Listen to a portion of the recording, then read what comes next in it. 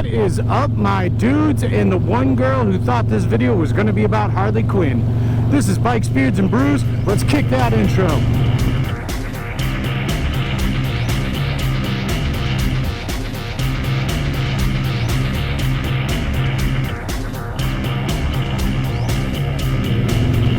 Hey guys, welcome back to the channel.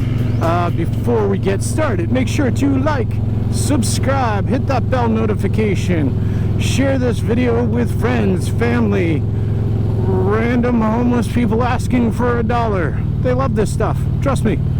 So today we're going to talk about a very divisive subject that, I mean, I'm sure has pretty much been beat to death over and over again, but I would like to give my views on it.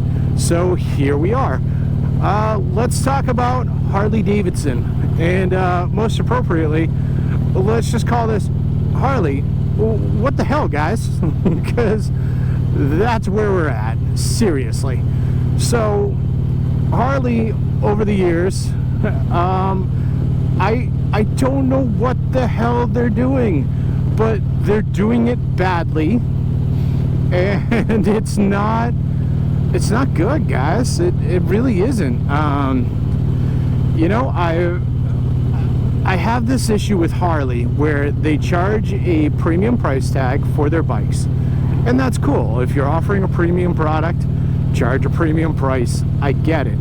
And for the longest time, it was very easy for them to do that because they could sit there and say, well, you know, we're an American manufacturer. We're not like a metric. We're not from, you know, being imported and all this stuff. So buy America, and all that fun stuff.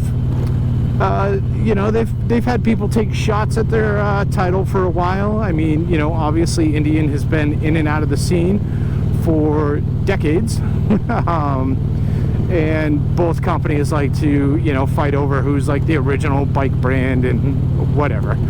And then you also had Victory, and I'm going to be honest, I really liked what Victory was offering. At the time, I was riding a sport bike. I was happy with my sport bike, and I was not ready to go to a cruiser. But as I sat there and like looked at them, I kept telling myself, like, you know, when it comes cruiser time, I'm either going to be on a Victory Vegas 8-ball, a Judge, or a Hammer. I really liked how those three bikes looked. I checked out all the reviews on them. Like the engine that Victory was using just seemed like bulletproof and like had gobs of power, and it just looked cooler. I liked the look of the bike better. I liked just basically everything they were offering over Harley. When it came time to shop for a cruiser, Victory went under, and I've mentioned this in other videos. So I was not attached to a brand. I honestly looked at Kawasaki's first because my sport bike was a Kawasaki, and I was more than willing to, you know, stay with the Kawasaki line. There was nothing that really spoke to me. I mean, their Vulcan 650S, I think it was, I liked the way it looked, and it was fairly decent. But then I pictured myself like on it for the long haul, like, and I kept looking at it, and over time I was just like, nah, this isn't going to be the bike for me. I checked out definitely other brands. Nothing really like called to me like the look and sound of a Harley. So I went to the Wide Glide, and now, you know, I'm on Betty Page here. But I mean, I know I've given up a lot of stuff to be on a Harley. No offense to Betty. Betty, cover your ears for this video. You're not gonna like it. I'm sorry. Like they Harley charges this very premium price for their bikes, but they're not being competitive with what else is in the market, and that's a huge issue. And I've brought this up before. I've especially brought it up in like Harley forums and like Harley dealerships, and the response you always get, like you can set your watch to this. It's so ridiculous. It's always, well, Harley has like 50% of like the market, you know, compared to all, and like the other 50 is like divided up among all the other like bike manufacturers. My question there is, but you know, what happens when that's no longer true? Because eventually it may not be true, and that's a problem. If Harley like refuses to be competitive in like their technology and their development and their prices, you know, people aren't going to keep buying those bikes. And if Harley continues to like just kind of lean into the older crowd, their shares are going to keep going down, because eventually either those people are just going to die or they're going to switch to Gold Wings. I mean, unfortunately, that's par for the course. That's what's going to happen, man. And I don't get it. I think Polaris really took a hard shot at Harley when they put out the Challenger. I'm in a lot of Road Glide forums, and the arguments I heard were so stupid. I can't even wrap my head around how stupid they were. Probably the most repeated line I heard was, I like to build my bikes, built not bought, as in like, you know, building up the engine and customizing them and all this stuff, which makes it sound like Indian doesn't have an aftermarket and you can't build up an Indian engine. Straight out, obviously, the Indian aftermarket is not huge right now, but that's because it's a reintroduced brand. I can't say that it's new. It's a reintroduced brand, and aftermarkets are going to be a little cautious to start with, because Indian has like just died so many times. Indian's like a villain in like a horror movie. Indian is Jason in Friday the 13th. Like, you just keep killing it, and all of a sudden there he is again, and he's just killing the crap out of everyone. That's Indian. Like, they just keep popping up. It's crazy. What you doing, 5-0? That's not a good place to park, sir. Whatever, brah. Just leave me alone. So yeah, I can understand, you know, the aftermarket being cautious, but as we speak, the aftermarket is like growing. Tab is making exhausts, Clockworks is making windshields. You can definitely find companies doing bars for them. The stuff is out there. As for the engines, you can build them up, even right off the floor. Like, Indian sells like a stage 1 kit, and they will be introducing a stage 2 kit for their bikes. The only difference is you're paying almost the exact same price for a Challenger that you would a Road Glide, except you're starting much further ahead. It's like being in a race where you have to compete 10 laps, and Indian got a free 2 laps out of the deal. So it's crazy. Like, you know, Road Glides off the floor, they're getting like maybe 80 to 90 horsepower at the wheel. The Challenger's taking like 120 at the wheel, and then you can build that up. So that's insane to me. And this is the problem with Harley, is they seem to be like just resting on their laurels. They've had, and they still have, like, chances to kind of catch up, and they won't do it, or they take these horrible missteps that I just don't understand. Probably the biggest thing I see right now is they keep aiming for a lot of celebrity endorsements. I get that. It works for like pooping, so it must work for motorcycles. But I feel like it's the wrong move. I mean, they've got Ewan McGregor driving around on an electric Harley in the desert, which we all know is crap because the live wire gets like 100 miles before it needs to recharge, and there's no recharging stations in the desert. They've got Jason Momoa driving around on his bike and, you know, visiting the Harley museum and stuff. And no slight against either of those guys. Like, anyone who can make like Aquaman cool is an amazing person. So let's just get that out there. But the problem is, instead of like doing all these celebrity endorsements, they need to like really build up the people who are really riding these bikes and really like loving Harleys and really like doing stuff to show that Harleys are relevant. I mean, again, Indians got it right when they debuted the Challenger. They debuted it in like Corey Hart's garage. You know, this guy is a known like motorcycle enthusiast, lover, everything, and you know, he really gets into it. Like, that's his thing, and that's what they did. That was smart.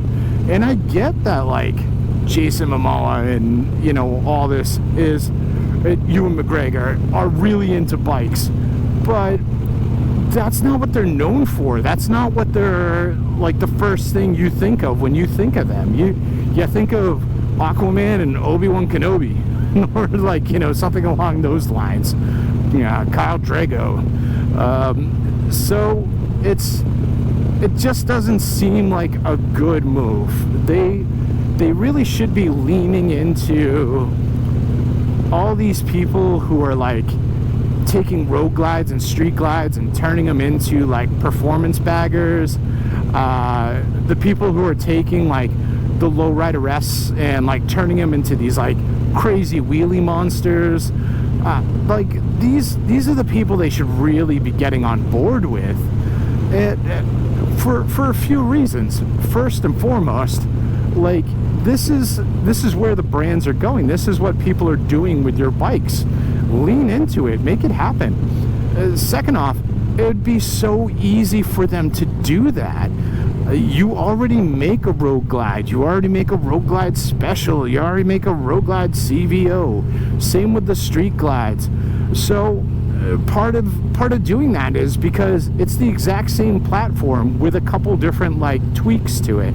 You could be doing that exact same thing with a whole extra line that's like performance based, that, you know, you've already got like the extra small bags, the shocks that run a little higher, a skid plate on the back, repositioned taillights, and license plate holder, so you can put a skid plate on there, like stuff like that. There's so many like cool things you can like do, and they could be like really getting on board with this, and they could be endorsing people that already do this and are already known for this, and showing that they really understand like what the consumer wants. And I get that they're afraid of losing the old timers. If you did it this way, if you had like a performance line of the same bikes you're already putting out, you're not going to lose those old timers, because you're still putting out the bike they want as well. You're putting out different variations. Harley is very familiar with variations, so this isn't anything new. Like, take a bagger, throw some T-bars on it, like I said, throw a nice monoshock on it, stubby up those bags, reposition everything so a skid plate can go on there no problem, and you're gonna have people there they're gonna eat that up. But Harley they refuse, and now it seems like they're almost taking a step backwards with a lot of stuff, really. I know that by the time this video drops, this will be kind of old news, but you know, for those who aren't aware, Harley is dropping the Bronx before the Bronx even debuted. For those of you who are not familiar with the Bronx, it really seemed to be a bike that they were going to use to replace the Sportster. It looked like it had a liquid-cooled engine. It's the same engine that is going to be in the Pan America, probably a smaller version of it. But it was meant to be a smaller bike, and if you look at it, it looks like it was meant to be direct competition to the Scout. It looked like it was meant to be direct competition for the Scout. Right now, people compare the Scout to the Sportster, and quite honestly, the Scout beats the Sportster hands down, left and right. So the Bronx really looked like it was going to pick up that slack and really retaliate, and that would have been awesome. But instead, it's been canceled. Harley's afraid of whatever. They're afraid of change. They're afraid of putting themselves out there, and this is what is really killing Harley. I don't even understand why they killed the Bronx, but they're still going all in on that Pan America. I mean, quite honestly, that thing is ugly. I don't know what the hell they were thinking when they decided that was what they wanted to run with. I mean, I get that the whole dually scene is picking up and they want to have competition out there, but the thing is ugly, man. It's that wasn't a good choice, and I think that once it does come out, they're probably going to have the same kind of issues selling it that they're currently having with the Livewire. Let's be honest, with the exception of people going and test driving the Livewire, you don't see too many of them, if any of them, on the road right now because somebody actually bought one. They're kind of like this oddity that people want to check out and then they move on. There's this, and again, this is yet another issue with Harley. I mean, the Livewire is a $30,000 bike that has 100-mile range to it, city. So it's really meant to be a city bike. So it's really targeted towards millennials and whatnot. So you're asking millennials to pay more than somebody who buys here, a Road Glide Special. My Road Glide Special is literally cheaper than this electric thing that they've got out there. I mean, it's cool that they're doing it. It's cool that they kind of are going for it, but monetarily speaking, the demographic you're aiming for makes it so you kind of set yourselves up for failure, and that's just not good business. I mean, it's kind of silly. So Harley is just doing so much wrong, man. And then I hear a lot of arguments about well, Harley's fit and finish is second to none. Let's really take that apart. Harley still puts incandescent bulbs in their directionals, sometimes in their headlights.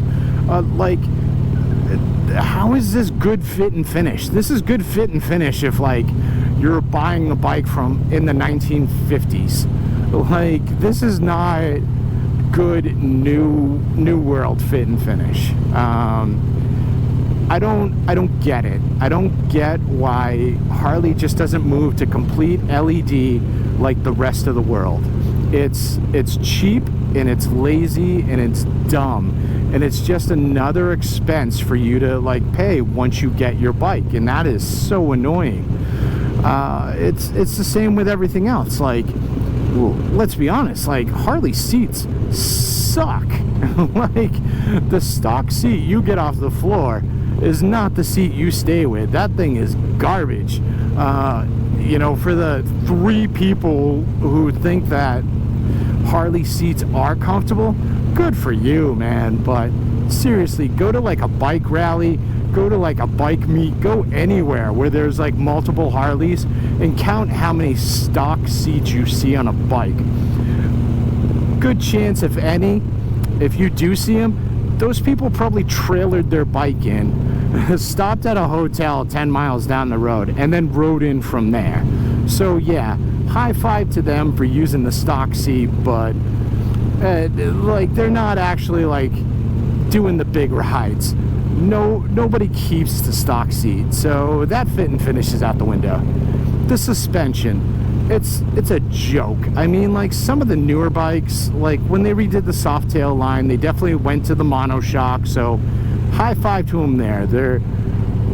They attempted to try. Good on them. But they should be doing that on all their bikes. I mean, like, and it shouldn't have taken so long to get there. It is absolutely ridiculous that it has taken so long to get to a place that everybody else is already at. Again, this is that whole analogy of, like, you know, you're on a track racing and the other team has already completed 2 laps before you showed up. I don't get it. I mean, I get the fact that people build up their bikes. They don't keep them stock. They like to change things out. But that doesn't mean that you should put trash on the bikes to start with and then sell it to me at a premium price, and then I have to go out and spend a crap ton of money to make the bike do what I need it to do. Another issue is horsepower. It's absolutely crazy. So if you ever notice, you'll go to like the Harley website, you'll go look at like their motorcycles and stuff. The one thing you'll never see listed on any bike ever, period, is the horsepower numbers. That's because the horsepower numbers are so stupid low that they're kind of embarrassing. It really is just dumb. Like I said in the beginning, you've got like Challenger who came out, and they know that Harley doesn't like to advertise, and they know that it's because Harley numbers are low. So they took that opportunity to like just plaster it everywhere, where they're like, hey, 121 horsepower at the wheel. And then you look at Harley, and Harley's like, hey, none of your business, don't worry about it. And in reality, it's because you know, you're getting like 89 horsepower at the wheel. And again, it's when you take a Road Glide and you put it next to a Challenger, and it's not even just that. Seriously, take like the Chieftain and put it up against the Street Glide, because those are direct competitors. Take any of them. Take the Scout and put it against the Sportster.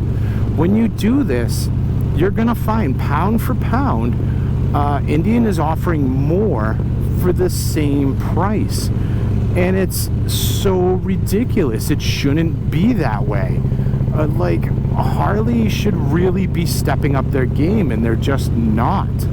They're just lazy about the whole thing, and then they come up with excuses.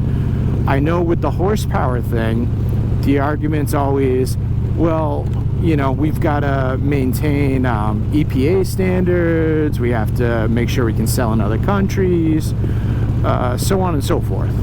The thing is, like, all of their competitors also have to keep up on EPA standards, are also selling in other countries. A lot of them come from other countries. So this is not a valid argument. This is a stupid argument. This is a stupid, lazy argument to try and cover up the fact that they're just not advancing at the same degree as everyone they're taking on. So this really brings it back to the whole, like, you know, yeah, Harley may have 50% of the market now, but for how long? And, you know, when they stop having 50% of the market, what's the game plan to dig out of that? What's the game plan to save themselves and to get back on top? If anything, right now is when they should really be working to solidify that 50%. Right now is when they should be working on getting more than 50%. This is when they should be working on just being the dominant force in the motorcycle industry. And instead they're doing all these poorly thought out, half-assed like attempts at like fixing things, and it's not working. Another moto vlogger actually pointed out, I don't remember his name, but I do want to give him credit, so I'll pop it up here. He pointed out that when you looked at the board that is in charge of Harley, in charge of making the decisions and stuff, one thing you'll notice is in their profiles, none of them list like a bike. None of them list a bike they ride. None of them list like anything motorcycle related. And a lot of these people don't have motorcycle backgrounds. And that is stupid. Like, you don't hire somebody who doesn't like have an idea of what they're doing, or like the product that they have to build up, or they have to sell, or you know, who they're aiming to.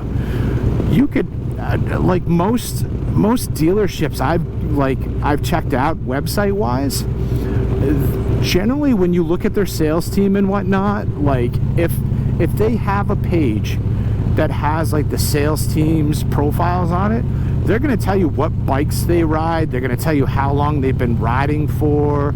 They're going to tell you like stuff like that. So you can kind of relate to them, where you can sit there and go, oh, this guy rides, you know, a wide glide. I ride a wide glide. Oh yeah, we're friends. Yay. Quite honestly, that's how I chose my salesman when I bought Betty here. I was reading through the profiles. I found a guy who was riding a road glide, and he was big in the comic books, and I was like, that's my dude right there. And that's who I chose to, you know, be my sales guy.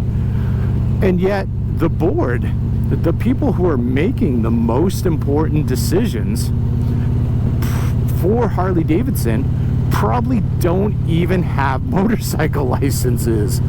That is insane to me. I don't understand that.